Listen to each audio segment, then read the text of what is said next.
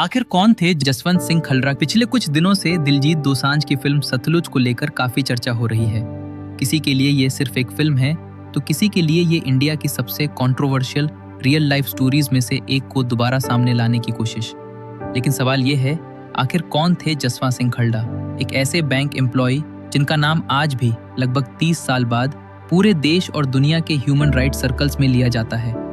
आखिर ऐसा क्या छुपा था 1980 के दशक और 1990 के दशक के पंजाब में, जिसकी सच्चाई सामने लाने की कोशिश ने उन्हें पूरी दुनिया में पहचान दिलाई? उन्होंने ऐसा क्या ढूंढ निकाला था जिसने पंजाब के उस दौर को लेकर पूरे देश में एक बड़ी बहस छेड़ दी? और आखिर उनकी जिंदगी पर बनी फिल्म सतलुज इतनी चर्चा और विवादों का हिस्सा क्यों बनी? आज की इस वीडियो में हम किसी अफवाह या पॉलिटिकल नैरेटिव की नहीं, बल्कि वेरीफाइड रिकॉर्ड्स, कोर्ट प्रोसीडिंग्स और डॉक्यूमेंटेड इवेंट्स के जरिए समझेंगे जसवंत सिंह खलरा की असली कहानी। लेकिन इस कहानी को समझने के लिए हमें पहले चलना होगा 1980 और 1990 के पंजाब की तरफ, जहां से ये पूरी कहानी शुरू होती है। ये वो दौर था जब पंजाब लगातार मिलिटेंसी, हिंसा और सिक्योरिटी ऑपरेशंस के बीच जूझ रहा था। 1984 में ऑपरेशन ब्लू स्टार हुआ, जिसके बाद पंजाब का माहौल और भी ज़्यादा तनावपूर्ण हो गया। उसी साल प्राइम मिनिस्टर इंदिरा गांधी की हत्या हुई और उसके बाद देश के कई हिस्सों में एंटी सिख राइट्स हुए। अगले कई सालों तक पंजाब में मिलिटेंसी और एंटी इंसर्जेंसी ऑपरेशंस साथ साथ चलते रहे। इसी दौर में कई परिवारों ने ये दावा किया कि उनके अपने लापता हो गए और उन्हें उनके बारे में कोई जानकारी नहीं मिली। इसी पंजाब में 2 नवंबर 1952 को अमृतसर जिला के खालरा गांव में जसवंत सिंह खालरा का जन्म हुआ। पढ़ाई पूरी करने के बाद उन्होंने पंजाब नेशनल बैंक में नौकरी शुरू की, लेकिन बैंक की नौकरी के साथ साथ वो सामाजिक और ह्यूमन राइट्स के मुद्दों में भी दिलचस्पी रखते थे। जब उन्होंने लापता लोगों के परिवारों की कहानियां सुनी तो उन्होंने इन मामलों को सिर्फ अफवाह समझकर नज़रअंदाज नहीं किया, बल्कि उन्होंने ऑफिशियल रिकॉर्ड्स और डॉक्यूमेंट्स की जांच शुरू की। और यहीं से शुरू हुई एक ऐसी इन्वेस्टिगेशन जिसने आगे चलकर भारत के सबसे चर्चित ह्यूमन राइट्स केसेस में अपनी जगह बना ली। जसवंत सिंह खलरा ने लापता लोगों के मामले सिर्फ सुनने तक ही खुद को सीमित नहीं रखा।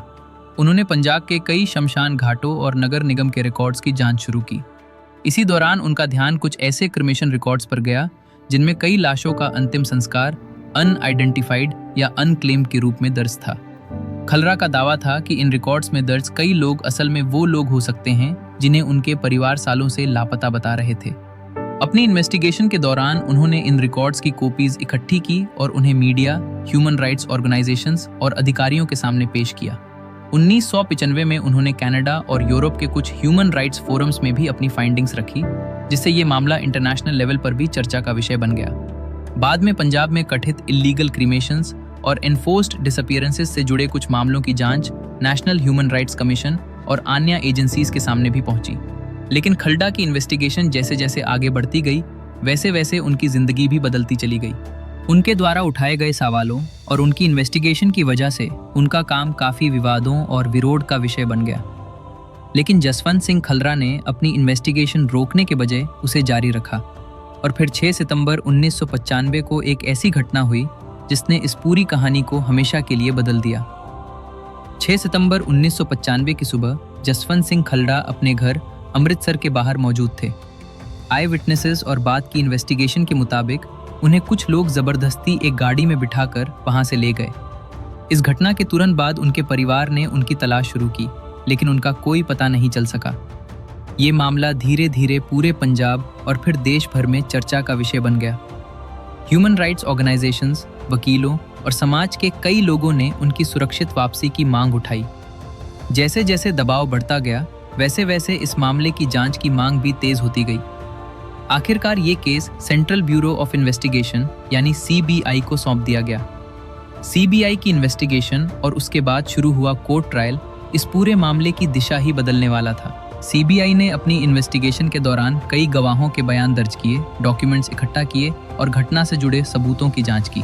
कई सालों तक चले इस केस के बाद CBI ने पंजाब पुलिस के कुछ अधिकारियों के खिलाफ चार्जशीट दाखिल की। ट्रायल के दौरान कोर्ट में कई गवाहों के बयान और सबूत पेश किए गए। आखिरकार कई पुलिस अधिकारियों को जसवंत सिंह खलरा के अपहरण और हत्या से जुड़े मामले में दोषी ठहराया गया। बाद में ये मामला सुप्रीम कोर्ट तक भी पहुंचा। सुप्रीम कोर्ट ने भी नीचे की अदालतों के फैसलों को बरकरार रखा और कहा कि कानून से ऊपर कोई नहीं हो सकता। आज जसवंत सिंह खल्ला का नाम सिर्फ एक व्यक्ति के रूप में नहीं बल्कि ह्यूमन राइट्स और इंसाफ की लड़ाई की एक महत्वपूर्ण मिसाल के रूप में याद किया जाता है। लेकिन उनकी कहानी यहीं खत्म नहीं होती। लगभग 30 साल बाद उनकी जिंदगी पर बनी एक फिल्म ने एक बार फिर पूरे देश का ध्यान इस कहानी की तरफ खींच लिया। जसवंत सिंह खल्रा की मौत के बाद उनकी कहानी वही खत्म नहीं हुई। आज भी ह्यूमन राइट्स और अकाउंटेबिलिटी पर होने वाली चर्चा में उनका नाम अक्सर लिया जाता है।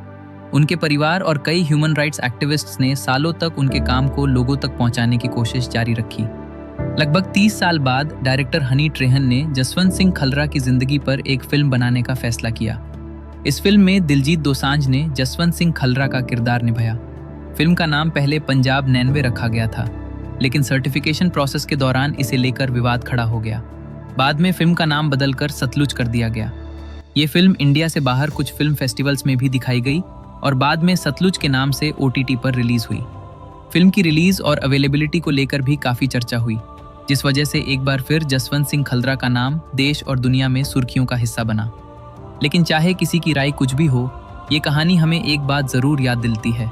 इतिहास को समझने के लिए सिर्फ अफवाहों या सोशल मीडिया पर भरोसा करना काफ़ी नहीं होता। सच को समझने के लिए डॉक्यूमेंट्स, कोर्ट रिकॉर्ड्स और वेरीफाइड फैक्ट्स को देखना ज़रूरी होता है। और शायद इसीलिए जसवंत सिंह खल्रा की कहानी आज भी सिर्फ पंजाब की नहीं बल्कि इंसाफ, ह्यूमन राइट्स और सच की तलाश की एक मिसाल के रूप में याद की जाती है। शायद वक्त गुजर जाता है, लेकिन कुछ कहानियां कभी पुरानी नहीं होती।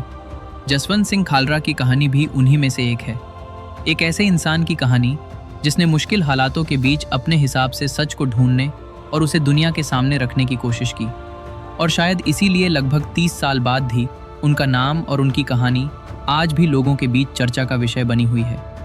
अगर आपको ये डॉक्यूमेंट्री इन्फॉर्मेटिव लगी हो तो वीडियो को लाइक ज़रूर करें। और अगर आप ऐसे ही रियल लाइफ डॉक्यूमेंट्रीज देखना पसंद करते हैं तो चैनल को सब्सक्राइब करना मत भूलिए।